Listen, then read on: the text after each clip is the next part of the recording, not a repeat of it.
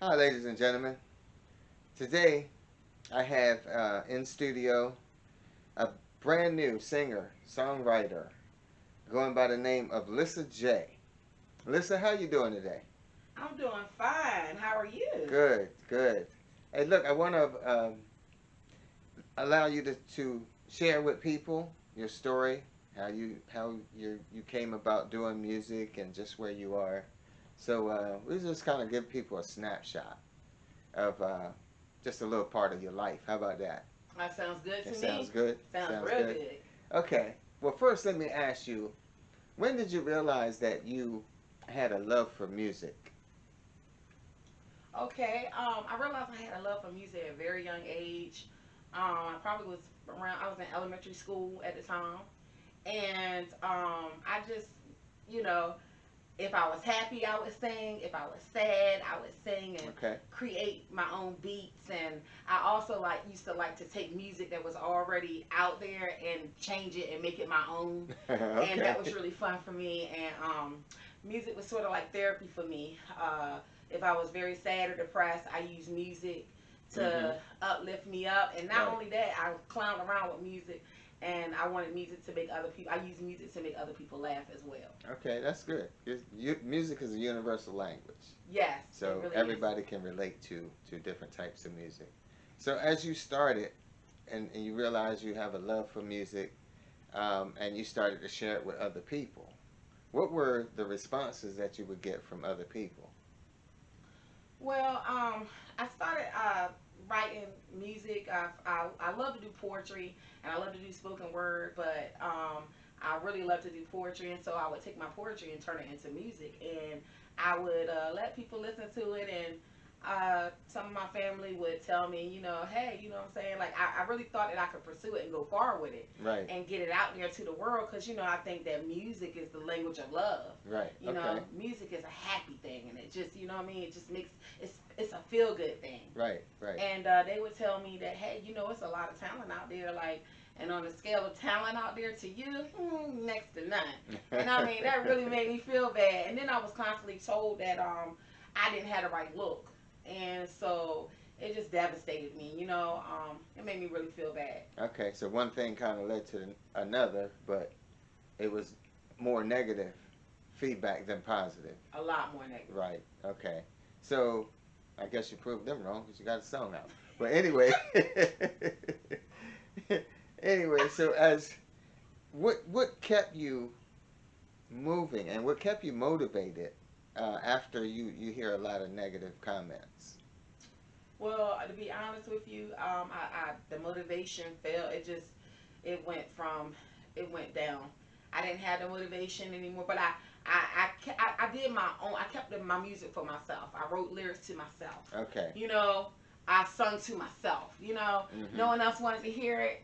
You know what I'm saying? No one else thought I had talent. I lifted myself. I loved myself, the music. But as far as getting my music out there, the dream died. Okay. Okay. So having a love for music, sharing it with other people, not really getting the response that you want. So life gets in the way. And the things once life gets in the way, then you have to your dream is either going to stay dead or you have to rejuvenate it in some way, shape, or form. Um, so what was the determining factor to get you back motivated and doing music again? Well, like as you said, life definitely did get in the way. I got married, I had children, and just um, trying to just concentrate and focus on taking care of my children, making sure that they, had a roof over their head and had Uh-huh. food to eat because I became a single parent and it was just all about them. Everything was it was no time for dreaming. Right. There was no time for dreaming. I had to make sure that my kids were good. I had to make sure that they had a safe and comfortable environment and environment of love. Right. And so I used to use music with them, you know what I mean? I used to sing them out of bed. Get up, get out of bed, make a little Uh-huh. jingle, a little beat. Okay. So, but as far as my dream of getting my music out there, it died. But what changed was I met a friend, and I told him I was like, I can rap like that, just Uh-huh. kind of like joking. And he was like, yeah, yeah, nah. And so, I let him hear it, and then when I let him hear it, he didn't even listen to the song all the way. He was like, "Oh my God, I have a producer friend. I gotta send it to him." Mm-hmm. And basically, that was what he did. He sent what I had did to the producer Wesley's Beat, Okay. and that day, later on that same day, I got a call and from him, and actually he called my friend, and my friend put him on speaker, and he asked a question. It was a question that he asked me that kind of rejuvenated me and kind of like stoked that fire again, burning, like, to get Okay. music out there again. Because like Mm-hmm. I said, it had died, but it was this question that he asked, and the question was basically, where do you see yourself going with this? Right. How, where do you see yourself ending up? And I thought it made me really pause and think, and I Uh-huh. was like, is he for real? Right. Right. Like, is he After for all real? this time, I and thought, somebody really is comes he and asks right? you that question. Exactly. Right. Right. You know, Okay. So once he asked the question, and I'm sure it just kind of, like you said, stunned you because that's not even where you were at that time. So exactly. basically, he's saying, okay, let me give you a shot. Let me give you a chance. So how did you guys met at a studio, or he met you, at a restaurant, or where? How did you actually get to meet him face to face? Oh, I met him in the studio. It was Okay. my first time being in the studio. Never been in the studio. It was so exciting. Met him in the studio, and I mean, he really made me. Wesley Beats was awesome. I was really comfortable. He made me really feel very comfortable, and it was like he understood, where I was as a beginner in this, and he just kind of like just made it a breeze for me, and I was just grateful for that. Really grateful for that. Okay. So how did you guys put music together? Did he like give you a beat and you sang to it, or you gave him lyrics and he made a beat to it? How did that actually come about? Okay, well with us, he let me hear a beat, and I'm listening to his beats, and I'm like, wow, it's fire. Uh huh. And so I actually was able to form lyrics behind the beat, and then when we got into the studio again, he listened to mine, and he was able to formulate a beat to my lyrics. So, it was a lot. It was collaboration. We listened to each other's ideas, and I think that's very important. And we respect each other's ideas, and I think that is very important. Yeah, it is. It is because when you're working with a producer like that, you kind of like have to be on the same page. Exactly. Everybody's got to be on the same page. Everything's got to be clicking in order for you to come up with good music. Exactly. So, what is the name of your song? Warfare. Warfare. Yes. Okay. Yes. So, how did you come up with that name? What is the logic behind your song being called Warfare? I'm glad you asked. Okay. Okay, so it's basically coming from Psalms 91.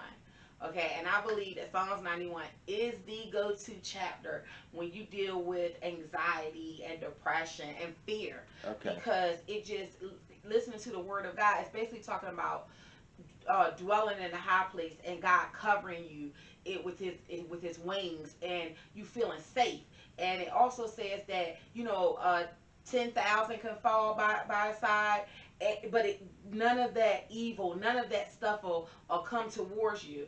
And I'm thinking, like, when you're battling with warfare, you're battling with God, and you're also battling with the enemy, yourself, and other people. Okay. And you can't really hear God's voice because you got all this going on, and so it becomes a mental warfare. Right. It becomes just a mental place, like almost like a mental hell. Right. And so that's why I came up with that, because I just thought, I know what that's like. I know what Mm-hmm. it's like to be in warfare. I know what it's like to be pursuing God and trying to hear his voice so that you can do his will and what his purpose is for your life.